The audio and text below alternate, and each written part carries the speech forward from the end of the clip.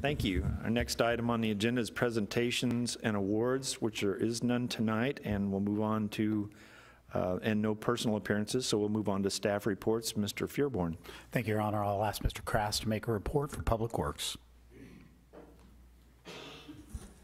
Thank you, Mr. Fearborn, Mr. Mayors, members of council. I'd like to introduce Greg Rokos to you, who's sitting behind me. He joined us 2 weeks ago as Assistant Director of Engineering, so just wanted a new face you will be seeing shortly at Planning Commission and elsewhere involved with projects. Greg comes to us from Elgin, Illinois.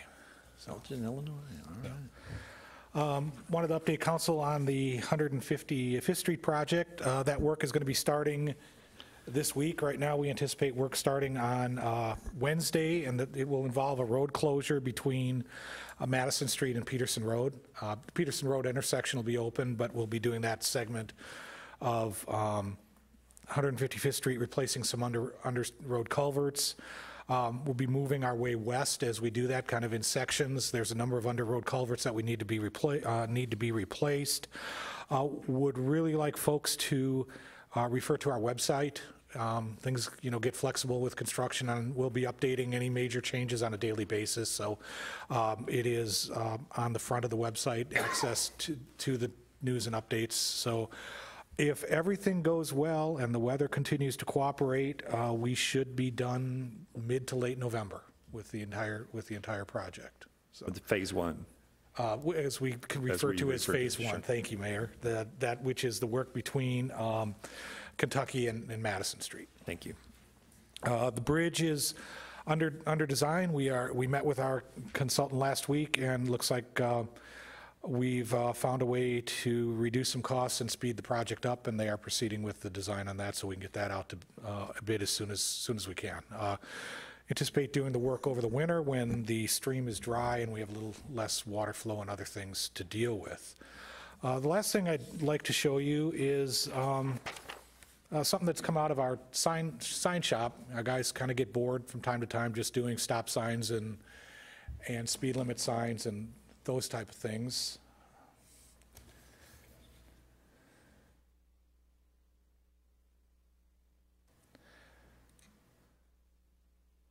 So with the help of the communication department, we've been busy putting the new logos on the Public Works vehicles, so you will see those out on the street fairly quickly here. So excellent. With that concludes my staff report. I am available for any questions council may have. Anyone have any questions or comments? Thank you, Michael. Mr. Fearborn. Thank you, Mr. Krass. I would ask Mr. Mustine to make a report for Parks and Recreation.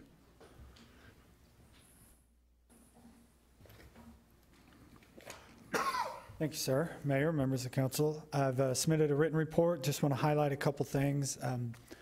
My superintendents, Steve Rulo and John McLean, will be attending the Kansas-Missouri Executive Forum. That's through the Missouri Parks and Recreation Association the next 2 days.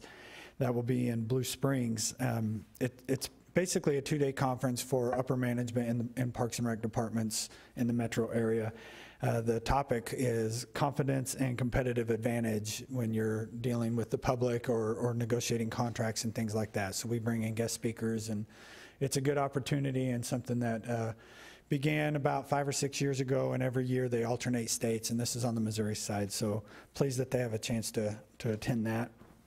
Our basketball signups are currently underway, and we look forward to a good season starting off this winter, our winter programming.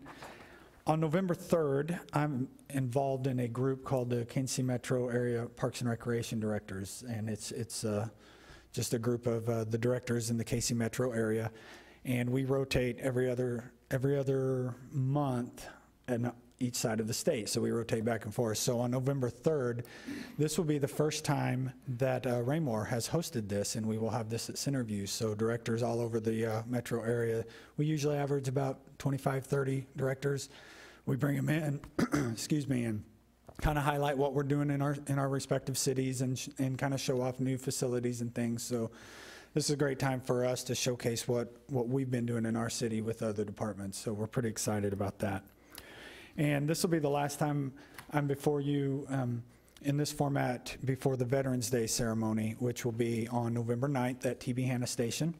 That event starts at 4 o'clock, and we have Katie Patrick is our new recreation coordinator. She's been working really hard to set up that program. She's also working with Melissa with the communications department. This year we're going to do something a little different in that we are doing a series of small tribute videos. So if you have the opportunity, please call the office and talk to Katie, and she'll set you up, and you can say whatever you feel like saying, just a small tribute to veterans that may be in your family or people you know or just in general.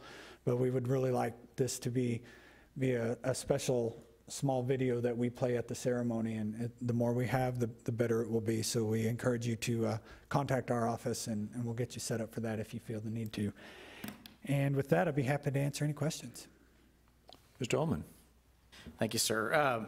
More of a suggestion on 2 parts. One, my colleague and I, Councilmember Barber, were talking, and we plan to get frames for these for our house. I think it would be kind of cool if we put them in frames and put one here at City Hall and one at Centerview. I mean, this is a pretty good accomplishment that you're on the cover of a magazine, and you got to show it off a little bit. And then the second thing was for the Veterans Day celebration, just have the mayor make a phone call. He was a captain, retired.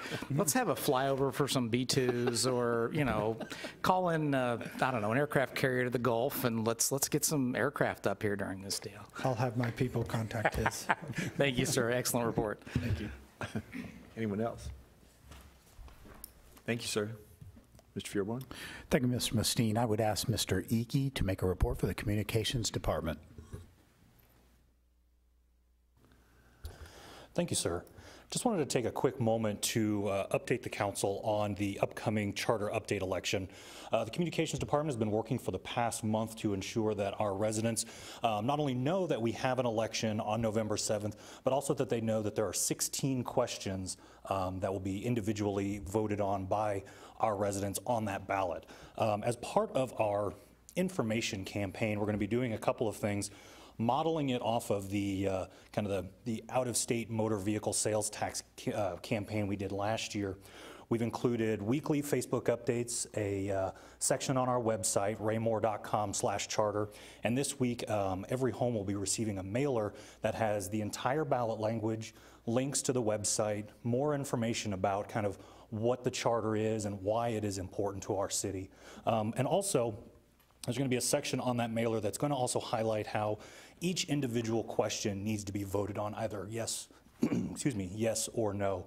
I think that's important for our residents to know that by simply voting yes on one does not affect all the other questions. You know, they need to go through each of those questions individually and kind of recognize that they kind of independently affect the charter in a different way. And so we have all this information will be going out to residents this week. We'll have another round of information going to residents electronically, and I can definitely answer any questions that you might have about what the Communications Department is doing to engage our residents there.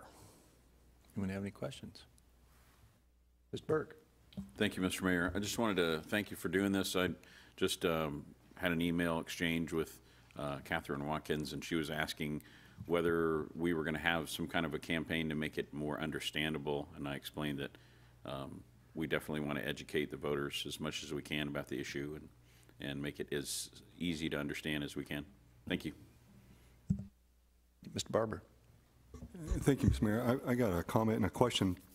I guess my comment first is I want to just commend you.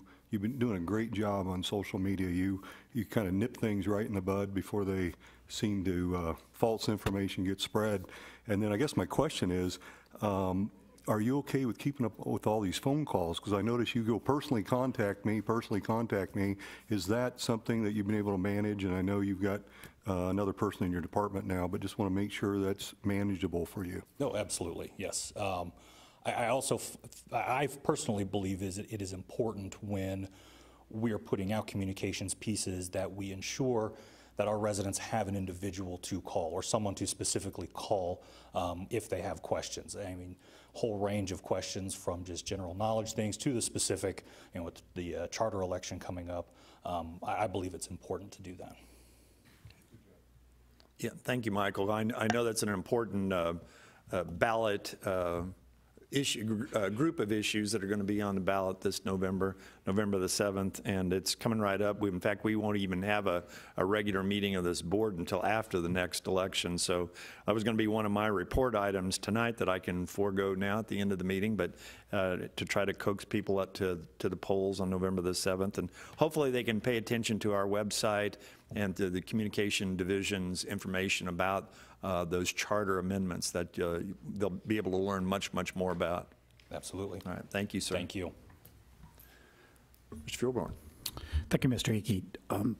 With the council's kind permission, next week's work session on the 5th Monday, October 30th, attorney and prosecutor contracts will be on for the council's discussion. It has been 2 years, and so I just want to get the council's feedback. I know that Mr. Zur has prepared a 30 to 45 minute multimedia presentation for you all on his accomplishments during the last 24 months.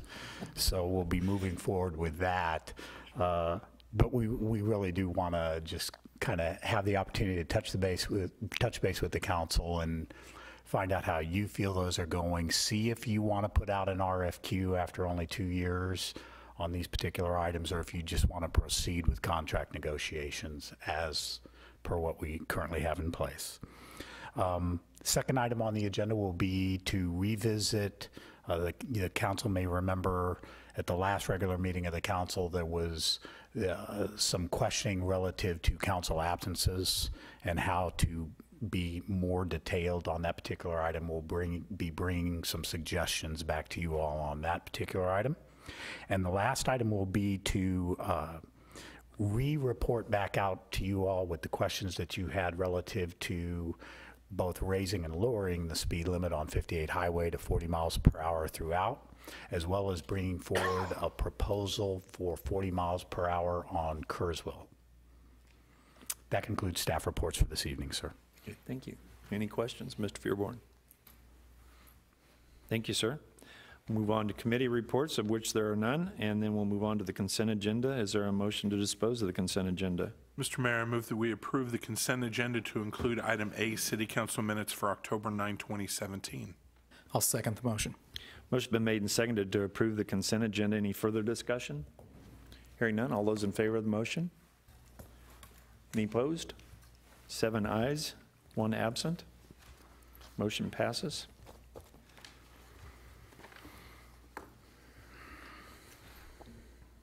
Move on to the unfinished business. Could I please have the second reading of Bill 3303 by title only? The second reading of Bill 3303 by title only, an ordinance of the City of Raymore, Missouri approving the fiscal year 2018 budget. This should be the second and final reading on our city budget, and so I will open a public hearing at this time and ask if there's anyone that would like to address the council with regard to the budget. Please come forward at this time. There are none. I'll ask for a staff report. Mr. Fierborn. Thank you, sir. The proposed fiscal year 2018 budget is in front of you. The budget that you currently have in front of you this evening includes all of the amendments from the very first work session you had on this that were included in the budget at the reading on October 9th. And it also includes the $70,000 amendment that Councilmember Moorhead had in. It does not include at this time any of the amendments that were discussed at last Monday night's work session. I have provided Councilmember Moorhead with a copy of the motion because there were a number of amendments proposed last Monday night, 9 to be exact, so that he could at least have something to go off of in hard copy format for the motion to be made for the budget this evening. It has been a challenging budget year for all of us, I think. The budget before you is in very large part the most collaborative effort of elected officials and boots on the ground input and management team input that I have seen in the 31 budgets now that I have put together. It is solid, it is conservative in its nature, it is conservative in estimating expenditures that will be there and in consideration of revenues to be received. Very proud of everybody who's been involved in this. And that concludes staff report on the budget, sir. Okay. Again, the public hearing is open. If anybody would like to address the council after hearing Mr. Fearborn's report, please step forward and identify yourself for the record. If there are none, I'll go ahead and close the public hearing at this time and ask for a motion to dispose of this item. Mr. Mayor, I ask for everybody's long attention on this, longest motion I've ever read before, but Mr. Mayor, I move to approve Bill 3303, approving the fiscal year 2018 budget subject to the following revisions, additions, and amendments. Item 1, decreasing the $70,000 allocated during the October 9, 2017 council meeting for the legacy property tax abatement to $10,000 and instructing staff to evaluate the implementation of the same as a legacy property tax refund. Number 2, allocating $10,000 to be expended from the general fund available balance for acquisition of 4 police patrol bicycles. Item 3, allocating $20,000 to be expended from the general fund available balance for acquisition of 10 police patrol vehicle lockboxes to include shipping and installation. Item 4, allocating $15,000 to be expended from the general fund available balance for acquisition of furniture and remodeling of the community development department. Item 5, allocating $30,000 to be expended from the general fund available balance for establishment of a drone program for the police department and acquisition of the equipment for the same. Item 6, allocating $8,500 to be expended from the general fund available balance for creation of an employee and volunteer appreciation dinner. Item 7, transferring $62,220 from the general fund available fund balance to the transportation sales tax fund for expansion of the permeable surface crosswalk projects to include crosswalks at Sunset on the north side of 58 Highway, Appaloosa, and Arabian. Item 8, transferring $20,000 from the general fund available fund balance to the Parks Sales Tax Fund for renovation, maintenance, and improvement of the Parks Department maintenance facility at 915 South Madison. And Item 9, amending the debt service fund to show additional funding defeasance of the 2008 general obligation bond to $173,475. I'll second the motion. Motion's been made and seconded to approve the second reading of Bill 3303 with the amendments as provided. Any further discussion? Hearing none, all those in favor of the motion? Motion carries 7-0, 1 absent.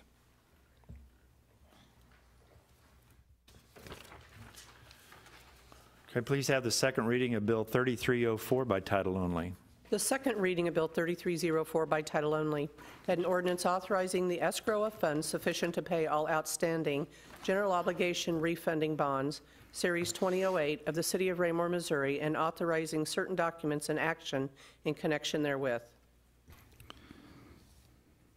Thank you. Is there a motion to dispose of Bill 3304? Mr. Mayor, I move that we approve Bill 3304 regarding the Series 2008 bond issue. I'll second the motion. Motion's been made and seconded to approve the second reading of Bill 3304. Any further discussion?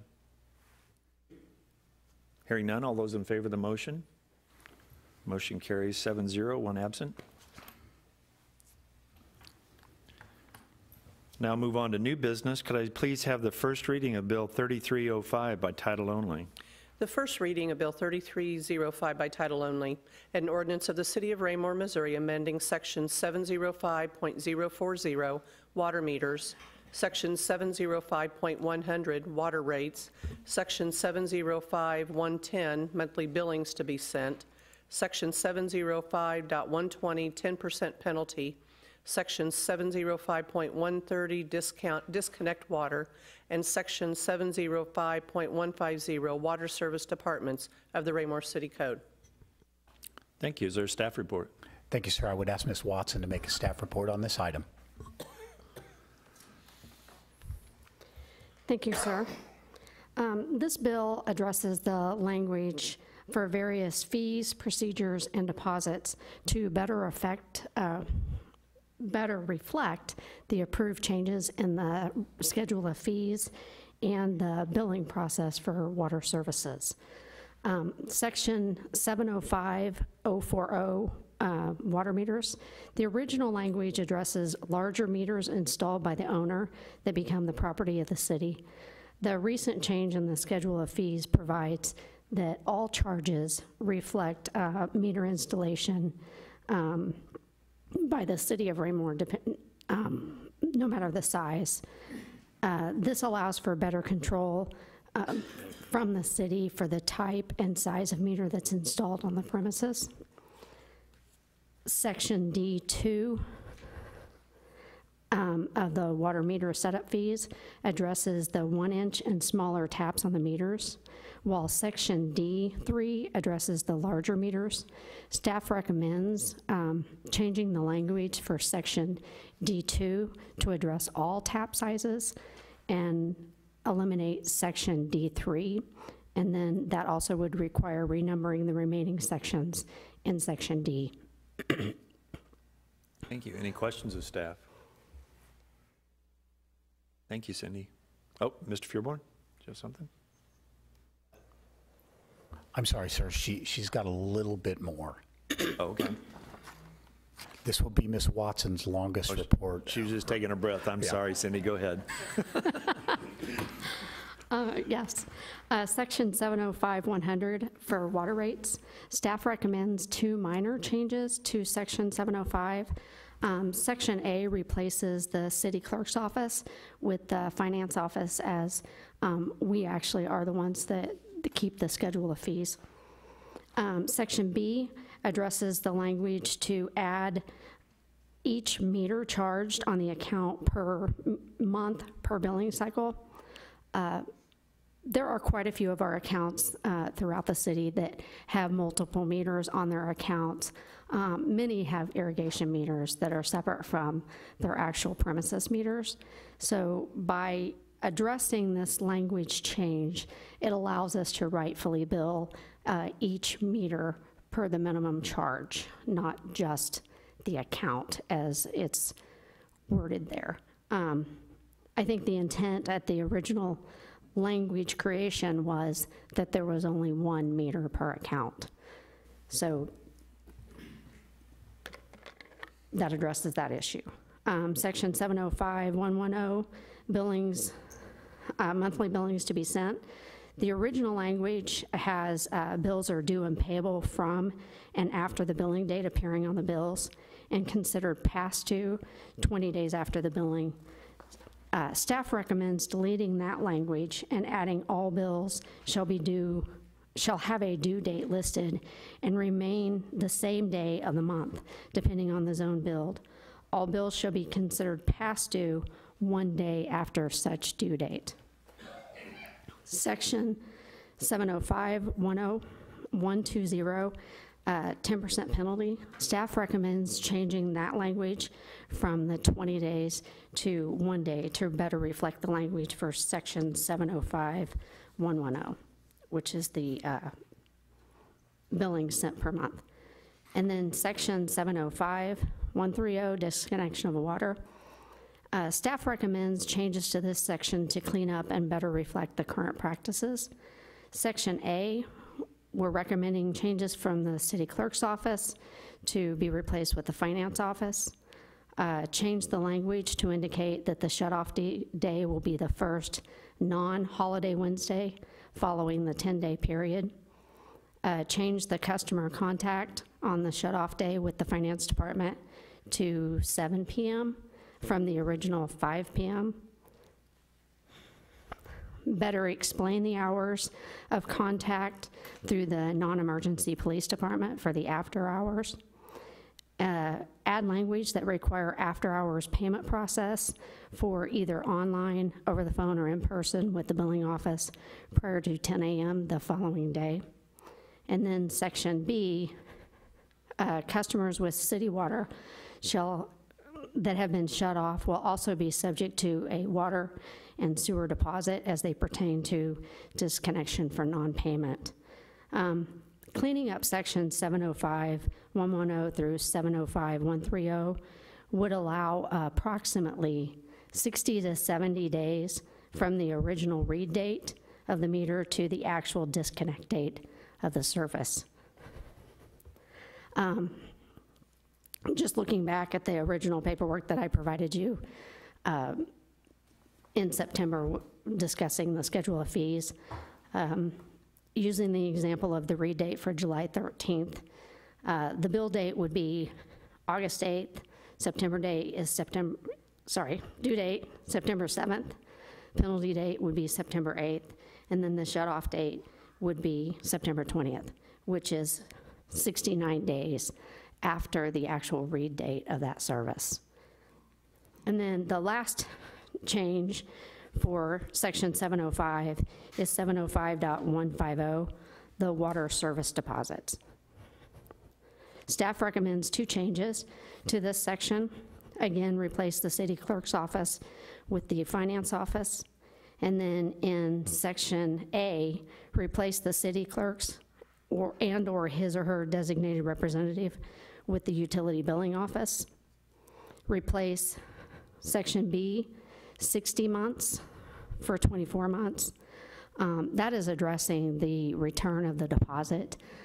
Currently, the way it reads is if a resident has had no penalties for 60 straight months, that their deposit is credited back onto their account. Staff recommends changing that to just 24 months. And then also adding language to Section C that allows staff to add an additional deposit prior to restoring service if an account is ever disconnected for non-payment. This would address not just if this account has had good history and had their deposit refunded, but it also addresses, per the language, that if their deposit on file is less than the deposit in the schedule of fees, we would be able to charge the additional deposit to get to the current value. And then the final change is adding language that allows the deposit to be waived one time per billing address if the customer signs up for automatic draft if they have actually been disconnected. And that concludes staff report. Okay. Now, questions? Anybody have any questions? Mr. Holman. I was curious, Ms. Watson, on the change, the recommended change in 705.120 on the 10% penalty going from 20 days to 1 day. Is there a specific reason other than what's obvious there? That seems pretty drastic to me, because 1 day you can get tripped up pretty good if your bank sends an electronic check as opposed to an electronic transfer fund. I know I pay my bills online, and because my bank is one that we don't, quote, have an agreement with, it comes via electronic check, and it's a much slower process than an electronic transfer, and those bills are there the next day. And I'm like, I get the robocall from the city, and I'm like, well, I've paid that, it's going to hit. But I could see that missing a day, and then I incur, a 10% penalty. So is there a specific reason we need to do that, or can we compromise between the 20 and the 1 day, maybe go to like 5 or 7? Can I? Yes, you may. Oh, I want to jump in on one. You'll remember we're also changing the due date. So the due date currently that's in there now, where it is due 20 days after the due date, is the code says due and payable on receipt of this bill. So it's the payment date is actually, the penalty date is actually 20 days by our practice, but not by code. So we say the bill is due and payable when received, and you have 20 days until you're penalized. Now what we have done is we've moved, if the council approves this, the due date isn't the day you receive the bill, it's pushed back 30 days? Roughly 30 days. 30 days. So you're actually getting 10 days more before you're penalized than what's in current code. Yeah, so you actually get a date on your bill now rather than the previous verbiage you stated. We actually have the bill does not reflect what code says. Code says the bill is due and payable when it's received, and we've always put a due date on there. Now the due date is going to be the official due date, right? We're eliminating that due and payable one day after. Okay. Mr. Moorhead. Mr. Fearborn, or Ms. Watson, and this is really actually a question, are we concerned that this is still just a matter of semantics? I have to confess myself, when I open up the city water bill, I look at what's the latest day I can pay it. And so it doesn't matter how you phrase it, I'm still going to pay it the last day possible. And as a result, we still are probably going to run into people that will have the same problem. So how are we going to create a mechanism to catch this if it seems as if people are having the same difficulty that I anticipate I could have, and if we suddenly have a flood of late charges because people are running the 20 days and then not anticipating the extra one day? Are we going to be monitoring that? Because to me, I'm fearful we may have to still come back and add 5 days. And I understand that's not desirable, but the problem is I look at my own human frailty and realize that I bet other people pay bills like I do. So I think this is something we need to pay attention to. Actually, the recommendation from staff allows the maximum amount of days that the customer can have from the actual bill date to the due date. If we were to allow a grace period per se, we would actually need to push up the due date because we have to penalize before we can bill again. And we've pretty much have ourselves on a monthly cycle that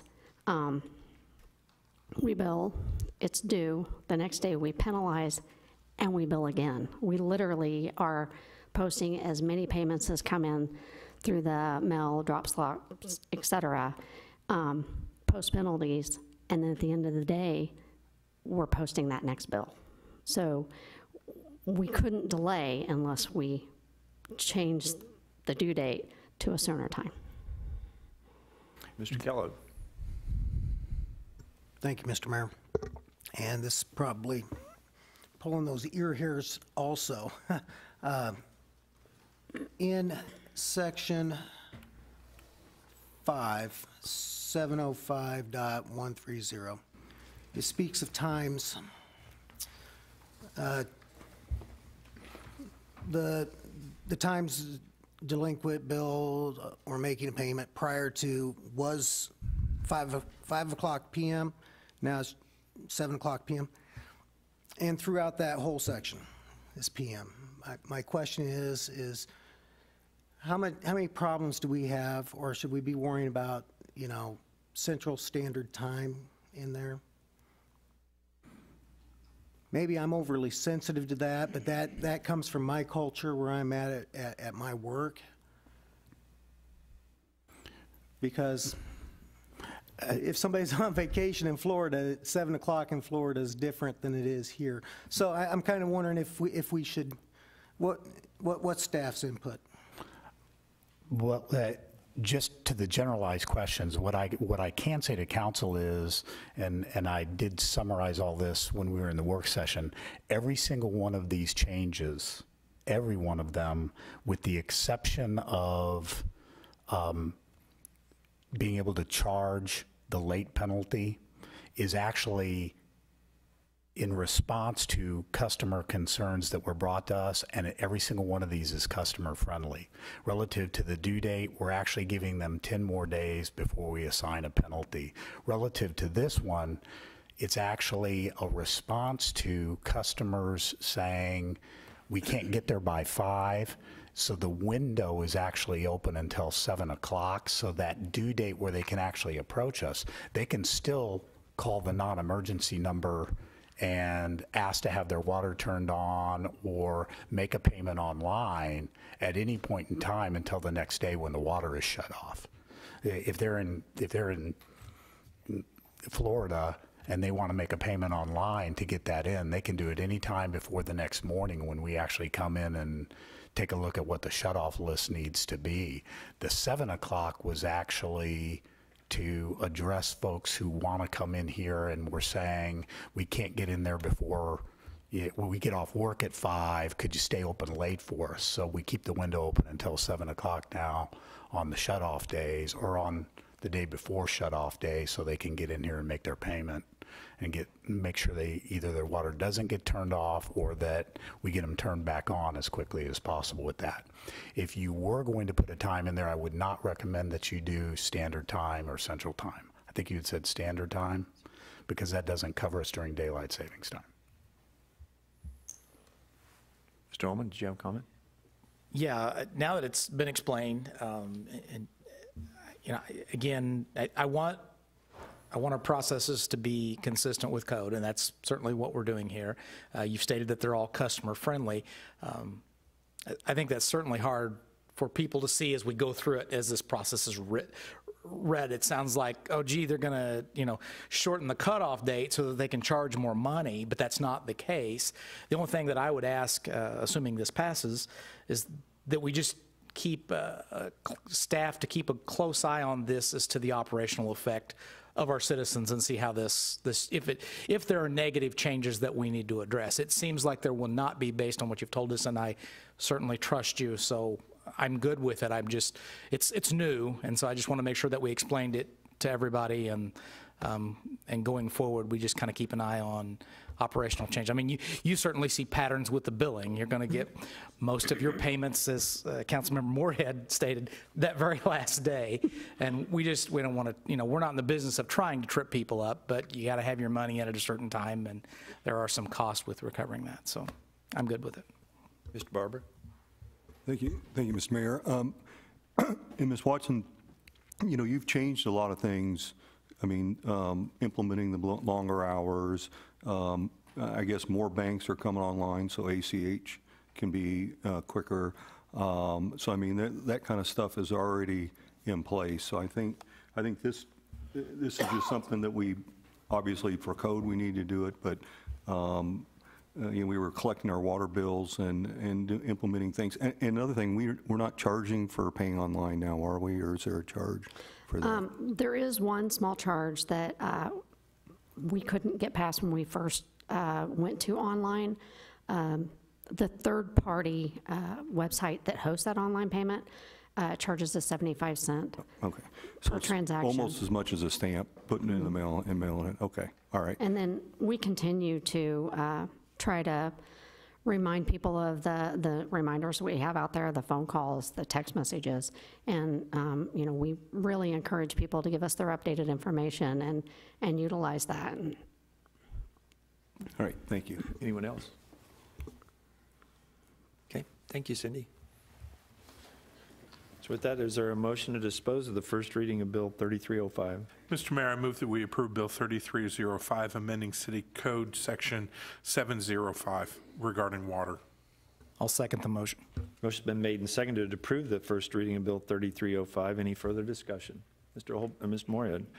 I'm very in support of this. That's obviously why I made the motion. And, you know, obviously I expressed a slight concern. Me being the example of it, I guess I would say, and I think Mr. Holman brought it together, that we're going to be sensitive to change with our citizens.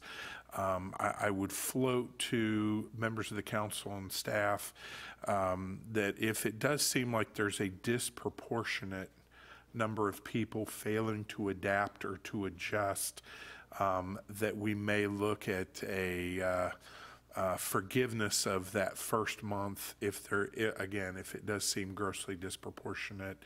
You know, I know that the changes, especially in the work session, we talked about this, all relevant, important changes, very sound rationale behind them. But again, as a person that when he looks on the bill and sees what day can I pay on the last day, citizens are very sensitive about water bills, and I want us to be respectful during that change. So I'm supportive of this, but still conscientious of, like I said, human frailty. Thank you. Anyone else? Mr. Holman?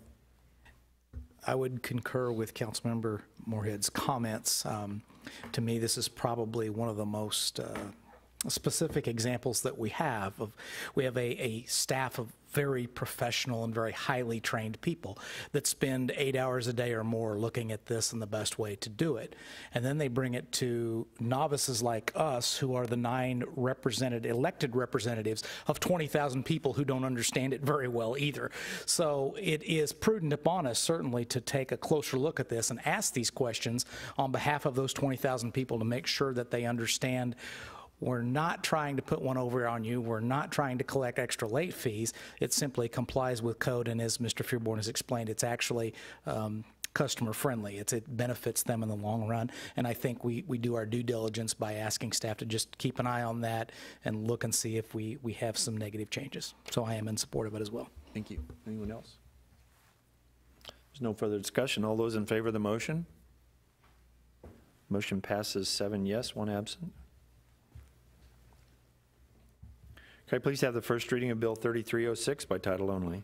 The first reading of Bill 3306 by title only, an ordinance of the City of Raymore, Missouri, amending Section 710.380 sewer rates, Section 710.400 disconnection of service when, and Section 710.440 sewer service deposits of the Raymore City Code. Thank you. Is there a staff report? This one will be much shorter, sir. Everything that got said with water, but now applied to sewer. Here she comes. Thank you, sir. This bill does amend the language for various fees, procedures, and deposits that better reflect the approved changes with the schedule of fees and processes with the sewer services. This addresses 3 sections of the sewer service. Section 710.380 sewer rates. Section A1 replaces the city clerk's office with the finance office. Section, sorry, I have AC.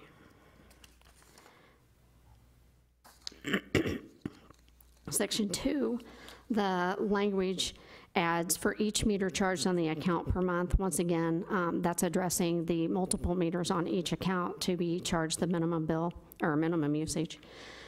Section 710.400, disconnect of service. Section 1, this one actually is probably the largest change. We're recommending to delete the current detailed language and replace that with provided in accordance with Section 705.130 and 710.440 of the code service. The language that's being recommended to be deleted talks about the disconnection of water. So we thought it would be a lot cleaner, simpler if we just took that language out and referenced the shutoff procedures in the water section. And then Section 2, this section again deletes the detailed language and replaces it with more appropriate language associated with a separate water district. This is actually discussing the process when we're providing the sewer service, but they have a different water district providing the water. So the language here discusses the process that we would take and that they would have to follow the hours and regulations of that water district once that they have paid us the appropriate fees and deposits. And then Section 710.440, the sewer service deposits. Once again, replace the city clerk's office with the finance office. And then section A, replace the city clerk and/or his designated representative with the utility billing office. Section B2, change the language again from the return of the deposit from 60 months to 24 months with no penalties. And then section C, add language that allows staff to charge the additional deposit prior to restoring the service from a disconnection for non-payment for all customers that do not have a current deposit or a deposit at the level that's listed in the schedule of fees. And then section C also adds a language that allows the deposit to be waived one time per billing address if the customer signs up for automatic draft. And that concludes staff report. Thank you. Any questions of staff? Mr. Moorhead. Mr. Zur, earlier in the year, we had a situation with a property owner who is receiving or is getting water from a different city and sewer from a different city. The changes on the delinquency, do those affect that agreement? Or has that been reviewed? I'd hate for us to make a change and then to have a conflict within that agreement. Although we would make this change and that agreement would have to be changed. That's what I was going to suggest to you, Councilman Moorhead. The answer is I have not reviewed that agreement going back in time from the time that I reviewed the proposed ordinance that you have here. My thought for you is it's still going to have the same shut-off provisions included within the terms of it, and it would simply make reference to the ordinance, not the ordinance, the code sections as it relates to shut-off of sewer. We'll make sure and go back and review that to see if that agreement needs to be addressed as well. And if there, I know one of the reasons why I bring that up is because we wanted to make sure the homeowner was well aware of the fact that they have these conflicting jurisdictions on this. If you do find, I'm assuming you'll also notify the homeowner if that change would affect them. Yes, sir. Okay. I was unable to review it with the same legal eye that Mr. Zur has, but I did look at it, and it actually references the sections of code, and do not believe from a layperson's eye that there would be any conflict, sir. Thank you. Mr. Holman. Thank you, sir.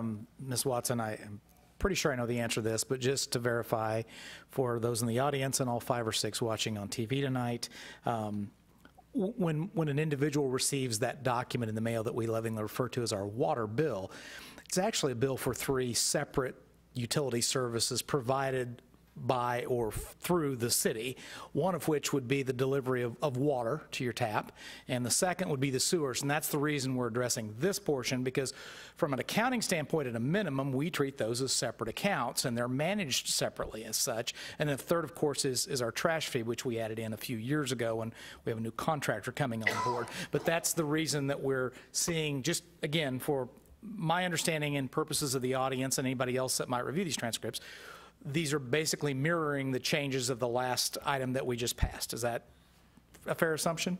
That is correct. The only separation here was that we did need to deal with the disconnection of service when we're not the company providing the water. Thank you. Anyone else? Thank you, Cindy. Thank you. And with that, is there a motion to dispose of the first reading of Bill 3306? Mr. Mayor, I move that we approve Bill 3306, amending City Code Section 710 regarding sewers. I'll second the motion. Motion been made and seconded to approve the first reading of Bill 3306. Any further discussion? Hearing none, all those in favor of the motion? Motion carries 7-0, 1 absent. Can I please have the first reading of Bill 3308 by title only? The first reading of Bill 3308 by title only, an ordinance of the City of Raymore, Missouri, authorizing the city manager to enter into a contract with Tandem Paving Company, Inc., project number 17-262, in the amount of $222,013.50, and authorizing the city manager to approve change orders within established budget constraints. Thank you. Is there a staff report, sir? Thank you, sir. I would ask Mr. Mustine to make the report for this item. Thank you, sir. Mayor, members of the council.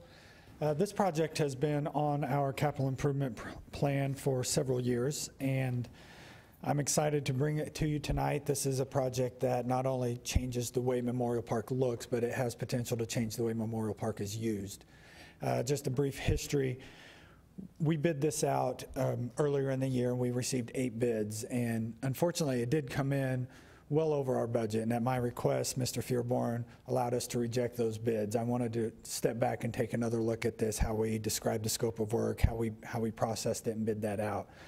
And so in that reevaluation of that scope of work, we pulled one piece out. It would be the ADA access to ball fields, which is essentially the apron around the backstops on fields 1 and 2. We bid those out with additional concrete projects through the Public Works Department in hopes that we would get a better price being similar type projects. And in fact, that did work to our advantage and saved us a significant amount of money. That project has been approved and should be complete within the next couple weeks.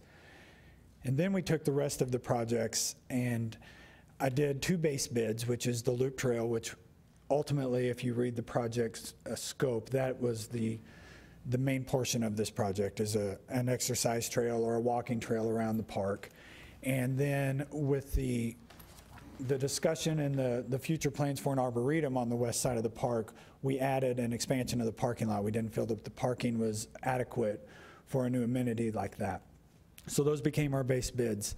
But it really felt like we needed to ensure that this park was accessible for people of all ages and all abilities. And so I added alternates in there to make those things a little bit easier for everyone involved. And I've listed those projects out as the alternate bids. And those bids are identified in a project map that I put at the back end of your packet for this agenda item. And so I'd be happy to answer any questions on those. Then we went to bid, and we were very pleased. Not only did we come in under budget this time, we were able to add 4 of those 6 alternate projects that we weren't able to do the first time. So we feel like we really made a win on this particular project. We've taken this to Park Board, and on October 10th, the details are more defined in that packet if you wanted to look at that, but the Park Board did approve this unanimously on October 10th. We have a representative from Tandem Paving, Mr. Clark, Jay Clark. He's here with us tonight. And with that, a total project cost with the base bids and the first 4 of the alternate bids is $222,013.50. And with that, I'd be happy to answer any questions. Thank you. Any questions? Nope. Thank you, Nathan. Thank you. And I'll say with that, is there a motion to dispose of Bill 3308? Mr. Mayor, I move that we approve Bill 3308 and award of contract for the Memorial Park improvement projects. I'll second the motion. Motion's been made and seconded to approve the first reading of Bill 3308. Any further discussion? Mr. Holman. Nathan, very good presentation. This is a park, it's certainly one of our older ones, and we've tried to keep up with it over the years, but I think this will be a really nice facelift for that park, adding on to the existing trail system, which I guess we don't call a loop trail because this one's going to go all the way around. We do have a lot of games and a lot of events that take place over there. It's rare that you go over there and you don't see people, so this is a really good one, and I'm really appreciative of the representatives of Parks Board that we have an audience tonight here to be in support of the projects that they've put forth, knowing that this is going to be an improvement for the citizens of our community. So well done. Thank you, sir. Anyone else? Okay. Hearing none, all those in favor of the motion? Motion carries unanimously, 7-0, 1 absent. Thank you. Okay, please have the first reading of Bill 3309 by title only. The first reading of Bill 3309 by title only. An ordinance of the City of Raymore, Missouri, authorizing the city manager to enter into a contract with Black & McDonald for the streetlight installation project number 17-276-201, in the amount of $112,043, and authorizing the city manager to approve change orders within established budget constraints. Thank you. Is there a staff report? Thank you, sir. I would ask Mr. Krass to make the staff report on the next 2 items. Thank you, Mr. Fearborn, Mr. Mayor, members of the council. The city of Raymore purchased the streetlight network from Kansas City Power and Light effective June 1st, 2016. Prior to this date, KCP&L installed streetlights within developing subdivisions. There were a number of subdivisions in the KCP&L pipeline that were not completed prior to June 1st, 2016, and through development agreement requirements, the responsibility to install these lights fell to the city. This project involves installation of streetlights in the Edgewater 5th, Westbrook 11th, High Point 3rd. These are in the Creekmore area, the Brookside 10th development, and then we also have two project areas where we received petitions for streetlights. One is in Tiffany Manor, and the other is in South Franklin Street, south of what we refer to as the original town area of Raymore. This project was bid in accordance with the city's purchasing policy, and the low bid was received was $123,130. This significantly exceeded the available funds that were for this project. The bids were rejected, and we made contact with the current streetlight maintenance contract provider, Black & McDonald. Their contract does include provisions for them to install streetlights on a proposal-by-proposal basis. We requested a proposal for this work and received a quote in the amount of $112,043. Now, the way that you'll see in the proposals presented, one is labeled Creekmore, and then Tiffany Manor and Franklin Street. The Creekmore work does include the Brookside work. It's just the way the bids were packaged and the plans were prepared. So we recommend award of this work to Black & McDonald, and if work is approved by the council, there is a budget amendment in the following item. That concludes staff report. Thank you. Any questions of staff? Yes, Mr. Holman. Mr. Fearborn, I just realized this now, but when you brought this project to us last year to buy our streetlights, we were anticipating a savings of roughly $600,000 a year in basically rental payments for our streetlights, correct? But that was just based on the streetlights we had in the city at the time. Had we not been able to do this, and by the way, as I recall, you said we're the only Missouri city to be able to buy our streetlights, that number would have continued to go up. Is that correct? As we add streetlights throughout the process, it would have cost us more each year going forward as we added streetlights. Oh, absolutely, sir. Not just these, but each development that goes in, we would have been paying a lease rate on. You learn something new every day, sir. Thank you. Mr. Moorhead. Mr. Fearborn, the streetlight map that was put up on the board was not included in the e-packet. I did receive a phone call asking about that, and I would request, I know that we already have an e-packet online that people can click on. Would it be possible to add this map and repost that, so if citizens wanted to, they could click on the, because I get a lot of people that look at the e-packet like we look at it, so could that be added? Absolutely, sir. Thank you. Mr. Callahan. Thank you, Mr. Mayor. In the scope of work, there's an option there, all caps. Option: work can be started sooner if steel KCP&L standard poles can be utilized, but an upcharge for materials will apply. What are we talking about costs for upcharge if we were able to get those? I'm just kind of curious. Is that encompassed or rolled into the cost of what we're looking at on the paper for the, or is that going to be included in the 10% contingency fee, I guess? Mr. Fearborn, Mr. Krass, either one? We did not anticipate accepting that option, sir. Okay, thank you. Okay, Mr. Burke. Thank you, Mr. Mayor. I wanted to be clear, are these 6 locations or six lights, and each light is around $18,700 a piece? It is 6 locations with a total of 20 lights. Much different than what I thought. Thank you. Mr. Barber. Thank you, Mr. Mayor. This is kind of perfect timing because I just communicated with the city manager last week. Mr. Holman and I had a constituent email saying there's no street light where I live, and I live in a brand new home.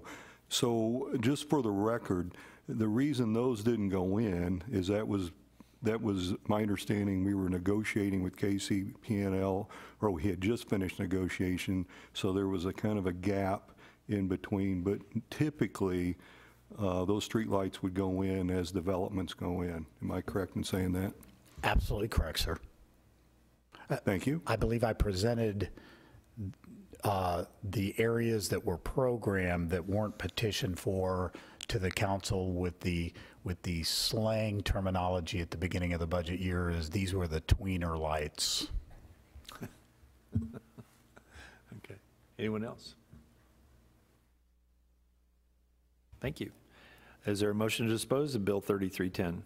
Or excuse me, 3309? Mr. Mayor, I move that we approve Bill 3309, award of contract for the fiscal year 2017 streetlight installation project. I'll second the motion. Motion been made and seconded to approve the first reading of Bill 3309. Any further discussion? Hearing none, all those in favor of the motion? Motion carries 7-0, none, and one absent. Could I please have the first reading of Bill 3310 by title only? The first reading of Bill 3310 by title only, an ordinance of the City of Raymore, Missouri authorizing an amendment to the fiscal year 2017 capital budget. And I assume the report is ditto? Pretty much, but you want to give one? That is correct, sir. As Mr. Wait a Grass minute, indicated, this something's going on does here. require, the bids came in significantly over.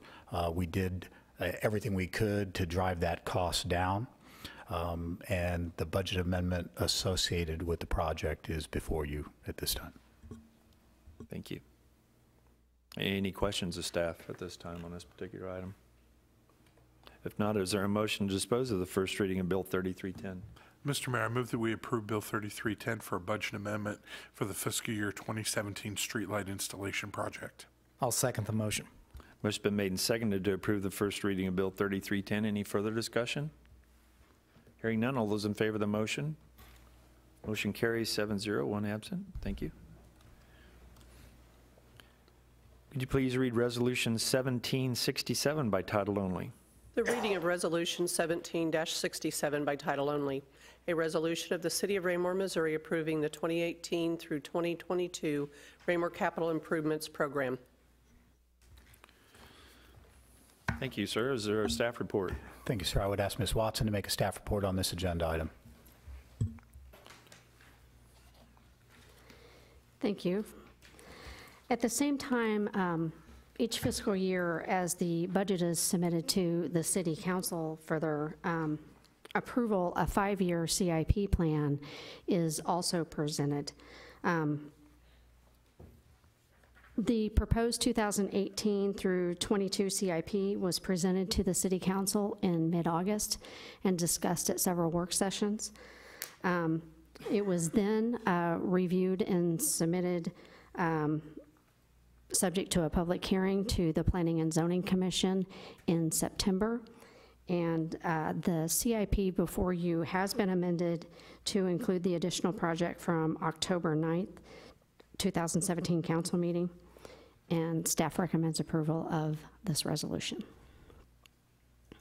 Thank you. Any questions of staff? Mr. Moorhead.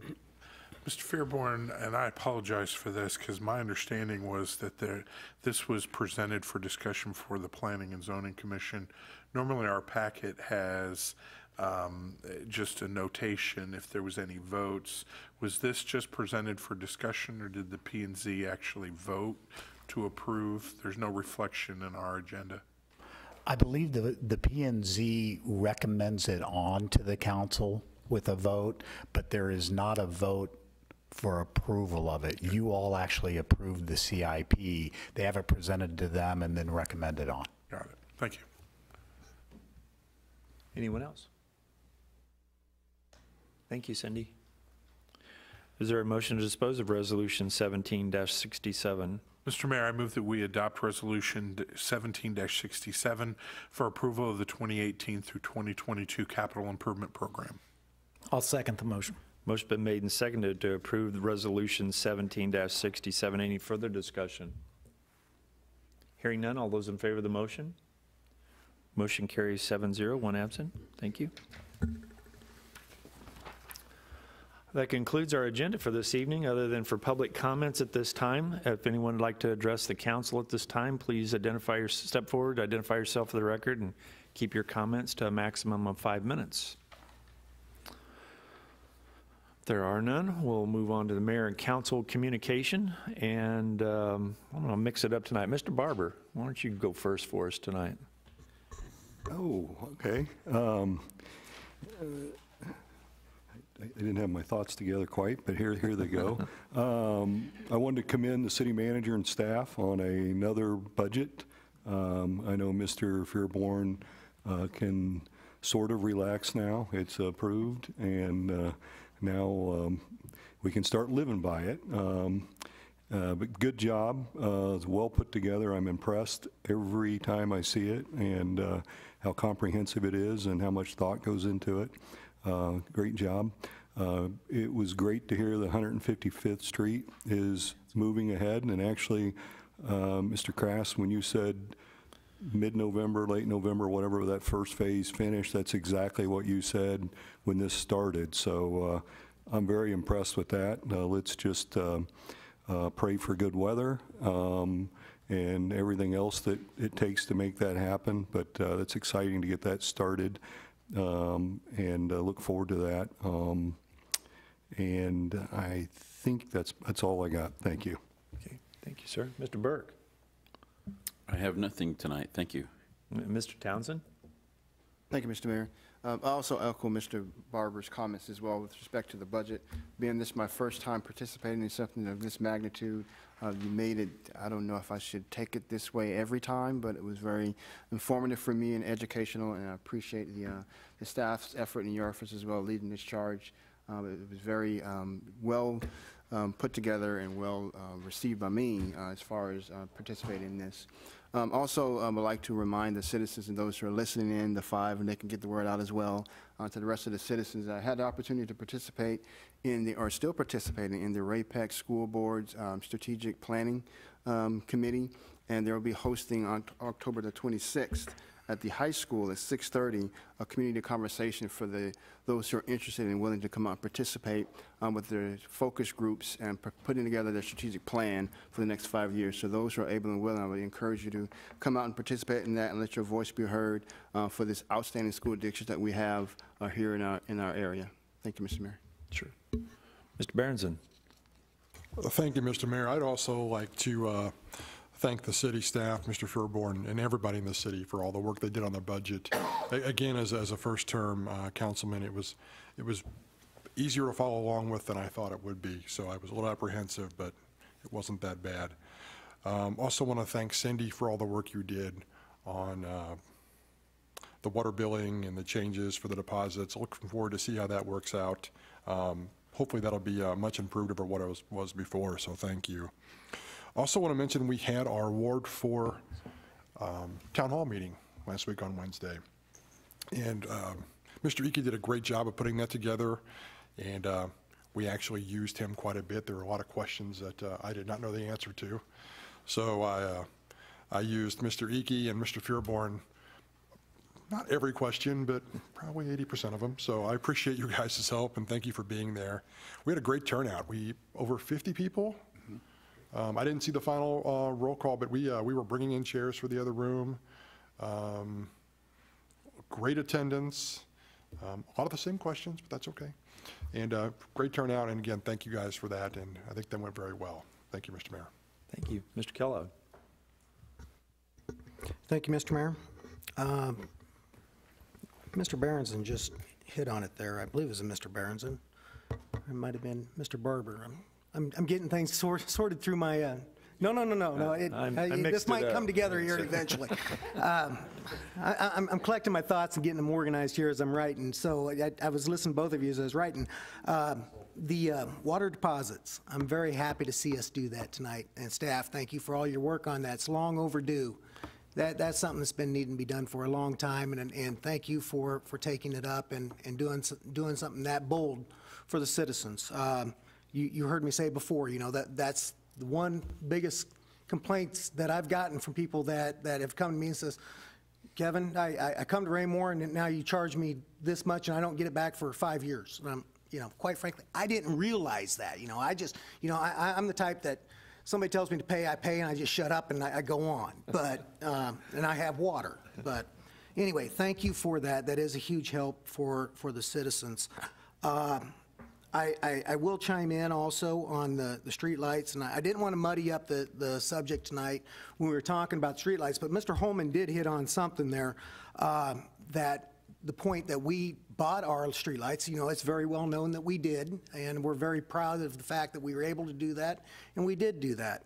The good thing about what we did tonight with the 5 different areas, what I've learned, because I've been hammering staff for a street light at Fox Ridge and Johnson Drive right across from the school. If the school lights aren't on, don't ride down that path at night on your bicycle. You cannot see it, trust me.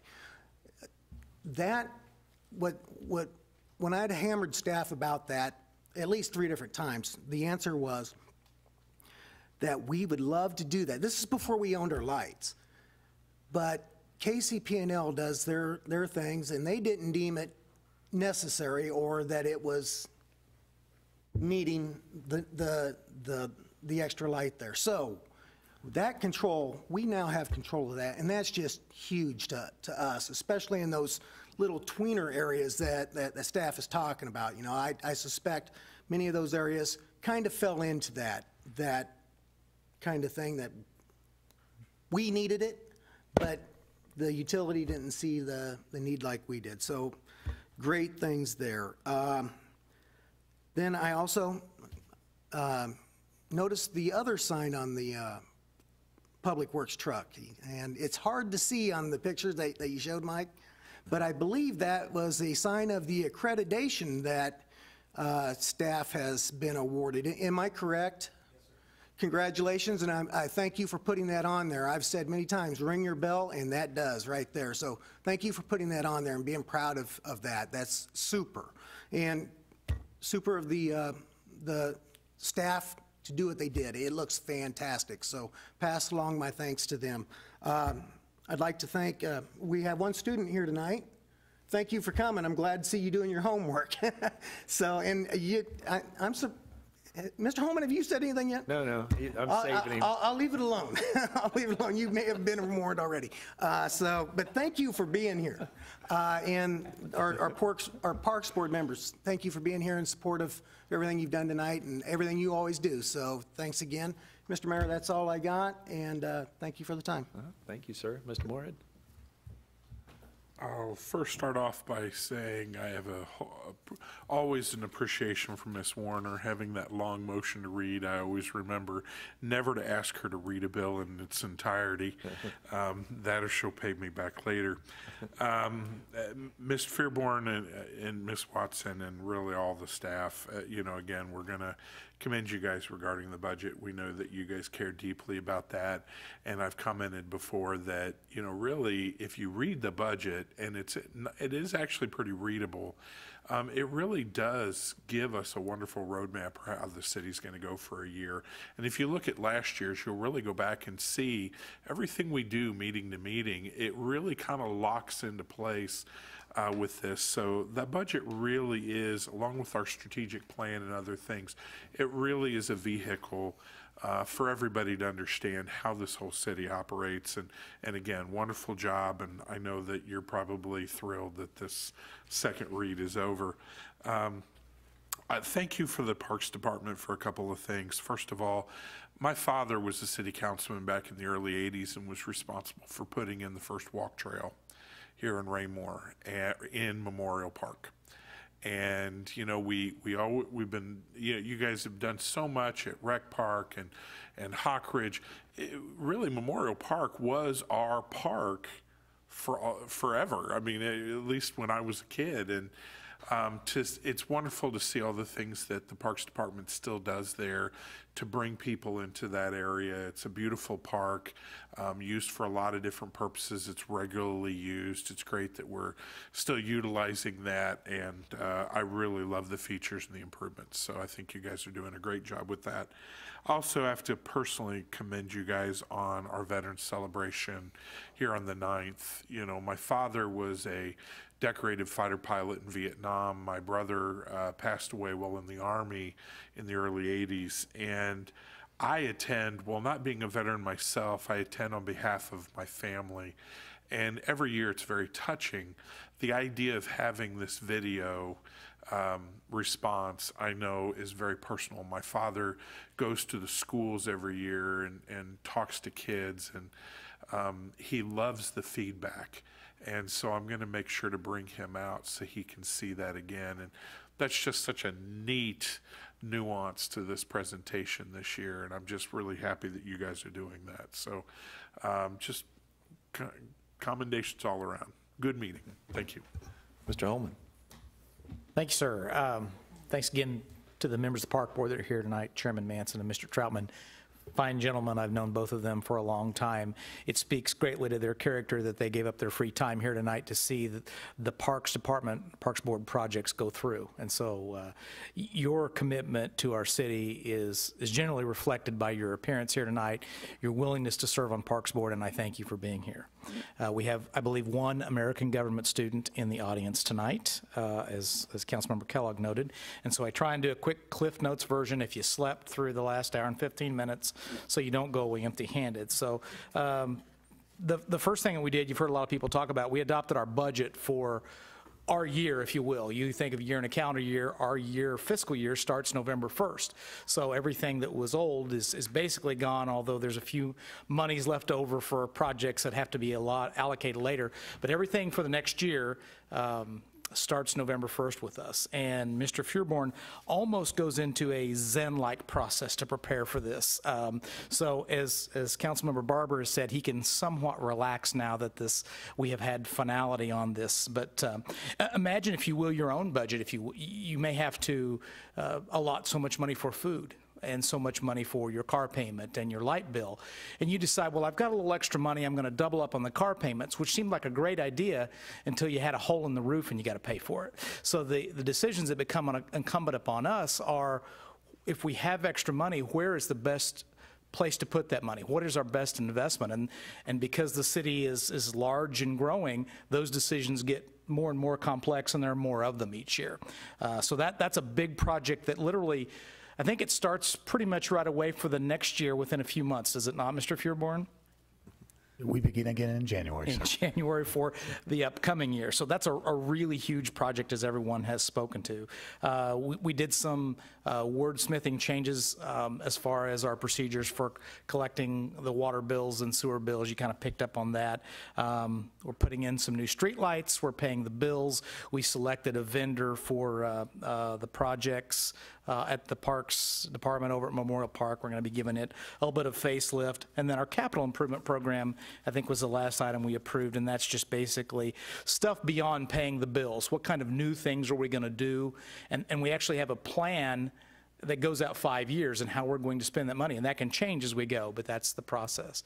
So you better get a good grade on this paper, because you're the only one here, and I give a pretty good explanation on that. Just like everybody else, congratulations to Mr. Feuerborn and staff on a very successful budget and process this year. Everybody up here has pretty much said, we know you work your tail off on that, and it's come to fruition, and it's good stuff, as it is every year. It's getting better every year. It's fantastic. Kudos to Mr. Eakey and the Arts Commission and Mr. Redmond on the new sculpture, the seed pod that is in place at one of the entrances to our city. I see the embedded lights are now in place on that. It really looks nice. It's a nice commemorative piece to go along with the tree, which was his first project here in town. So if you haven't had a chance to go see that, especially at night, you should go look at it. It looks really nice. Outstanding work. Please pass on my appreciation for getting that up, and it looks good. It's making our city look really nice. And I know the mayor will have something to say about this, but I would be remiss. Some of our members have already touched on it. Our last meeting before the upcoming Veterans Day celebration. It may be a bit early for people to be thinking about it, especially if you've got kids and you're thinking about Halloween and parent-teacher conferences. I know Mr. Burke will be involved in from both sides.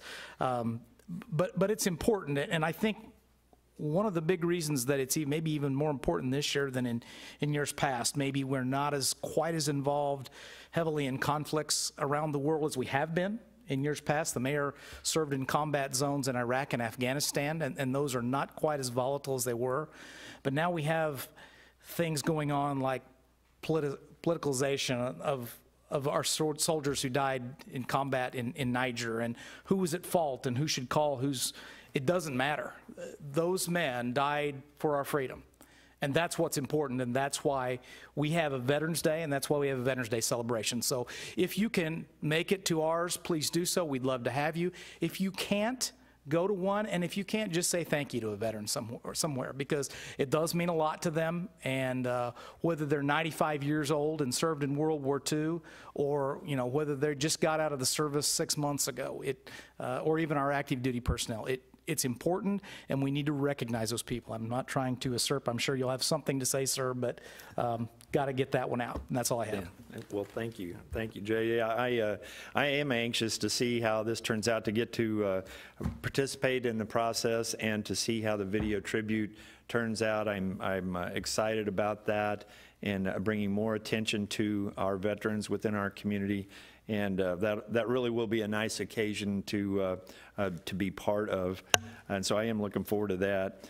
I'm anxious too about the 155th Street. I know we get a lot of questions about that, so I'm glad to hear that the phase 1 will be done by midwinter, and we'll start on that bridge that everybody talks about it from time to time.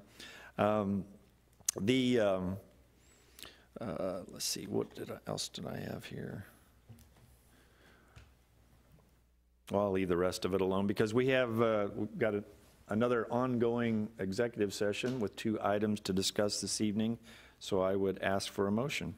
Mr. Mayor, I move that we enter into executive session to discuss litigation matters as authorized by 610.021 subsection 1, and personnel matters as authorized by 610.021 subsection 3. Thank you. Is there a second? I'll second the motion, sir. Motion been made and seconded to move into executive session as stated. Could I please have a roll call? Councilmember Abdelgawad absent. Councilmember Barber? Yes. Councilmember Berenson? Yes. Councilmember Burke? Yes. Councilmember Holman? Yes. Councilmember Kellogg? Yes. Councilmember Moorhead? Yes. Councilmember Townsend? Yes. At the end of the executive session, we will come back out to adjourn from regular meeting. Thank you.